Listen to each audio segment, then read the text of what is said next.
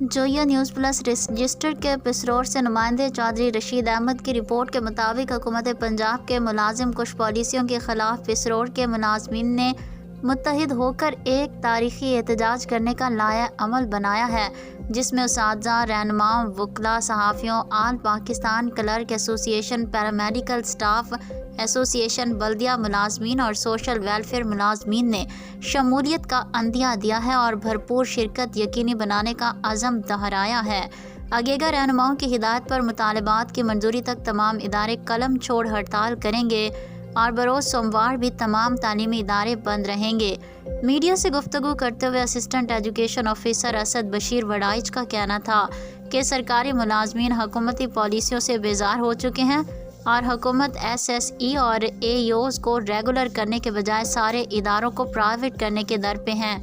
जिसकी भरपूर मजम्मत करते हैं। कंप्यूटर टीचर एसोसिएशन के सदर कासिम शबीर जावेद बाजवा और लीगल एडवाइज़र कमर जमान बाजवा ने भी साथियों समेत भरपूर एहतजाज में शिरकत का फैसला किया और महकमों को अपनी शिरकत बनाने की दरख्वास्त की है। तज्ज़ियाकारों का कहना था कि ये एहतजाज पिसरोर की तारीख का सबसे बड़ा एहतजाज होगा।